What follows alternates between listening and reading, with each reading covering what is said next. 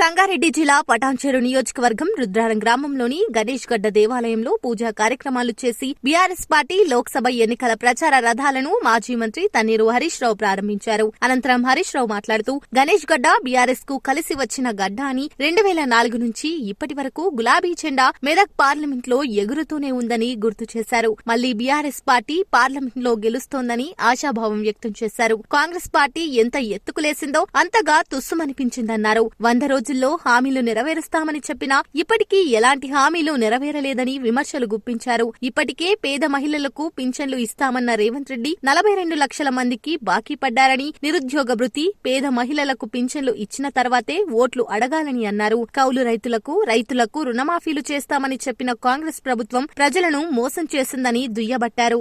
నీ ప్రభుత్వం వచ్చి 120 రోజులైనా ఏ అక్క చెల్లెకు కూడా ఇవాళ 2500 రాలేదు. అంటే ఈ రాష్ట్రంలో 18 ఏళ్లు నిండిన మహిళలకు 1,42,00,000 మంది మహిళలకు ఒక్కొక్కరికి 10,000 రూపాయలు కాంగ్రెస్ పార్టీ బాకీ పడ్డారు. ఇవాళ మీరు పార్లమెంట్ ఎన్నికల్లో మహిళల ఓటు అడగాలంటే మీరు 10,000 రూపాయలు చెల్లించినాకనే అక్కా చెల్లెల ఓటు అడిగే హక్కు ఈ కాంగ్రెస్ పార్టీకి ఉంటుందని మనం చేస్తా ఉన్నా.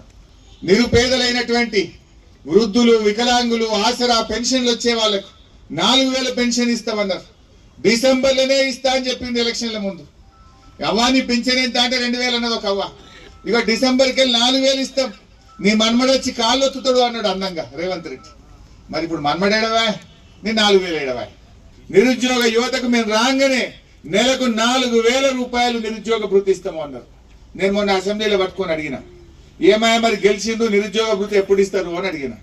ఉప ముఖ్యమంత్రి బట్టి విక్రమార్క గారు అంటాడు, మేము ఏడే చెప్పలేదు అంటాడు. మేము నిరుద్యోగ భృతి ఇస్తామని ఎలక్షన్లలో కానీ మా మేనిఫెస్టోలో కానీ మేము ఆడ చెప్పలేదు అని సావు కబురు సల్లగా చెప్పినట్టు నిండు అసెంబ్లీలో అబద్ధాలు చెప్పిండు. ఎన్నికల ముందు ప్రియాంక గాంధీ వచ్చి చెప్పింది, రేవంత్ రెడ్డి చెప్పిండు, వాళ్ళ మేనిఫెస్టోలో పెట్టిండ్రు నిరుద్యోగ యువతకు 4,000 ఇస్తామన్నారు. ఇవాళ యువతను కూడా మోసం చేసిండ్రు. మీరు ఎవరికి మేలు చేసిండ్రు? రైతులకు ఏం చెప్పిండ్రు? మీరు రైతులకు 5 హామీలు ఇచ్చిండ్రు.